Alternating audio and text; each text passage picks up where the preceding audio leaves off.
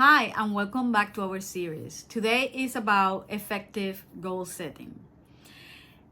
Setting goals is essential for any entrepreneur, and I'll be looking at my notes, okay? So I hope you don't mind. But it's not just about setting goal, it's about setting them in a way that that makes them achievable and keep you motivated. When goals are too big, they can feel daunting, and you could start feeling overwhelmed before you even start achieving and working towards them. So try to keep them in a way that we get rid of that, but I'll tell you more about it. So for me, effective goal setting means breaking down the goals in small bites. They are manageable and easy to achieve. So I like to organize my goals. First, the yearly goals. What is it that I want to accomplish for the year? And then once I do the list, I start breaking them down into quarterly goals. So there are goals that I start, let's say, for example, it's January. So I set goals that I want to accomplish from January through March. That's my first quarterly goal. And then there's other that I'll do on the second and third and fourth goal. And there are goals that will take me the whole year, that I will be working then through all the fourth quarters. But some, I could get them easily done on the first, on 3 months time, and then that's it, and then I move to the next one. But anyways, so you do quarterly, then you do weekly, you set those goals into weekly tasks, monthly, then weekly, and then daily. And that makes it less daunting. You get rid of the overwhelm, and you are more likely to take action. Another thing about that is that you could see your progress regularly. But for that, I'll share some tips that I use in order for me to be effective at goal setting. And number one is start with a big picture. Begin identifying your long-term vision. For the majority of people, they set goals for the short term will be for 5 years, and then the 10 years goal. So for me, I already set my 5-year plan, where I want to be in 5 years time. So I already started working. I'm basically let's say, for example, on year 1. And then that will give you a sense of direction. You have a clear direction and purpose. As I mentioned before, break down your goals into yearly, take that yearly goal and break them down into monthly and weekly tasks. That makes it a hell of a lot more manageable, like I already said. So also very important, use SMART goals. Your goals should be specific, achievable, relevant, and time bound. Okay. By using this framework, it will make your goals a lot clearer, and most important, they can be trackable. The next one is prioritize your goals. Not all goals are created equal, and so prioritize them on their impact on your business. Focus on high priority goals, because those are the ones that are going to move your business forward.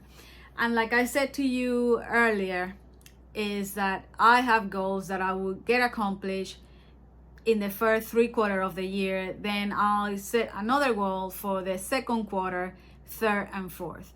But there are also going to be goals that I set, and they're going to take me the whole year to accomplish. It's like a work in progress, and by the end of the year, on the fourth quarter, then is when it's going to get finished.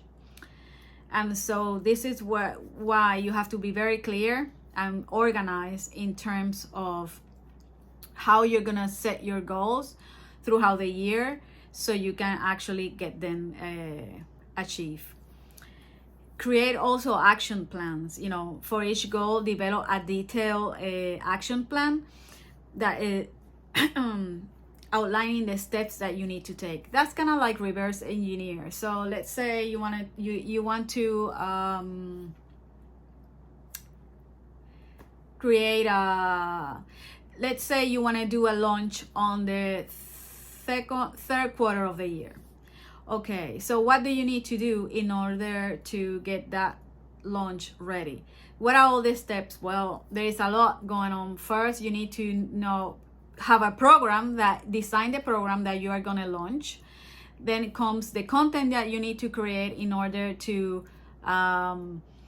promote that program. There's going to be masterclass involved that you're probably going to do live presentations in order to move that. All of that needs to get organized. And so that is basic. Well, it's a easy way for me to say, without going into much detail, how, you know, that reverse engineer. You have to go back. If in May you want to have a launch, then you have to reverse engineer all the steps that you need to take in order to be ready for your May launch.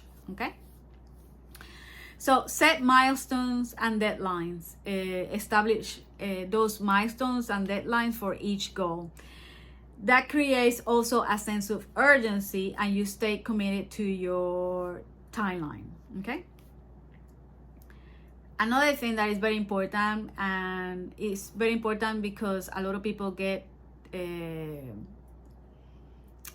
little bit of disillusion when the going gets hard, and it's to review and adjust regularly. Sometimes review your goals and your progress. Be flexible also, and ready to adjust your goals as needed. Sometimes we plan for certain things, but there's other factors that get in the way that may put you behind in terms of finishing or accomplishing the goal on the time, you know, in the timeline that you had set out to do it.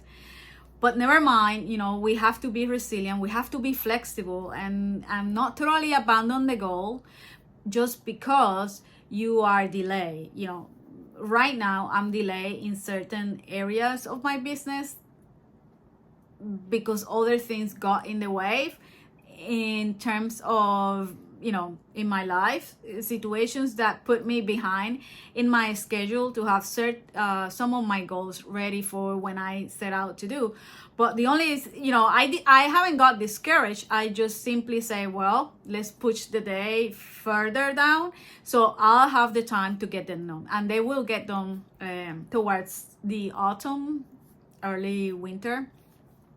And that's basically why you sometimes need to be flexible. Don't get frustrated if you say, well, I wanted to get this done by June, and June came and went and you couldn't get it done. Just don't abandon the goal. Just be flexible and just push the timeline to get it done further down, and you know, and keep going. As long as you don't stop, as long as you keep making progress, that's perfectly fine.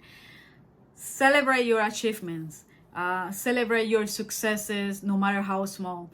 I always say to my client, and I think I have said this in many different videos that I already put it out here, is that celebrate your small wins, because those are the ones that are going to keep you motivated to